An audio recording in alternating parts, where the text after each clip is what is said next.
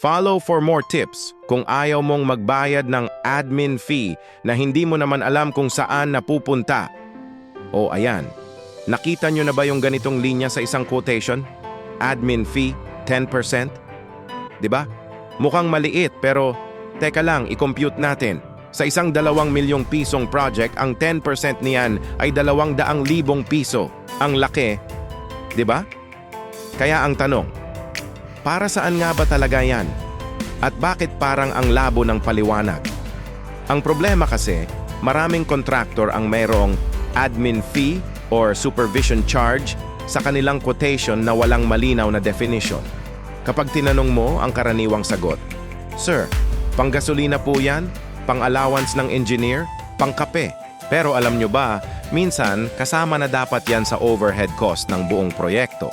Ibig sabihin, posibleng doble ang singil sa'yo. Isang beses sa mismong project cost. Tapos meron pang hiwalay na admin fee. Parang bumili ka ng pagkain na may service charge na, tapos may hiwalay pa palang kitchen fee. Naku, hindi maganda yan. Truth bomb. Hindi naman lahat ng admin fees ay scam. May mga legit naman diyan. Pero base sa karanasan, 90% ng mga homeowners sinisingil nito nang hindi lubusang naiintindihan kung para saan ba talaga ito. Nagiging lehitimo lang ang isang admin fee kung may kasama itong detalyadong breakdown. Ano-ano ba dapat ang laman niyan? Pwedeng andyan ang site coordination and logistics, yung pag-aasikaso ng mga materyales. Pwede ring kasama ang permit processing, yung paglakad ng mga papeles sa munisipyo. At syempre, yung documentation and reporting para updated ka sa progress ng bahay mo. Pero kung ang nakasulat lang sa quotation mo ay admin fee, 10%, at wala man lang kasamang detailed list o paliwanag, malaki ang tsansa na gimmick lang yan para lumaki ang kita nila.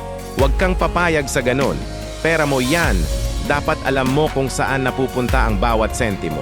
Kaya ano ang totoong solusyon? Simple lang.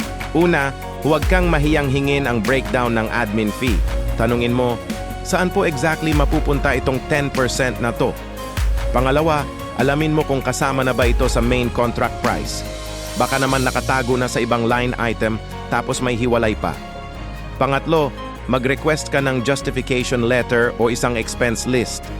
Kailangan may papel, may pruweba. Pwede ka ring gumamit ng sarili mong admin fee audit sheet para matrack mo kung saan talaga napunta ang bawat piso. At ang pinaka-importante, kung wala silang maipakitang proof o sapat na justification, may karapatan kang ipabawas yan sa total project cost mo. Tandaan nyo ito, ang admin fee ay dapat para sa management ng proyekto, hindi para sa dagdag kita ng contractor. Kung gusto mong matutunan kung paano i-audit ang mga singil sa kontrata mo at kung paano makaiwas sa mga ganitong patibong, huwag mong kalimutang mag-subscribe sa channel natin.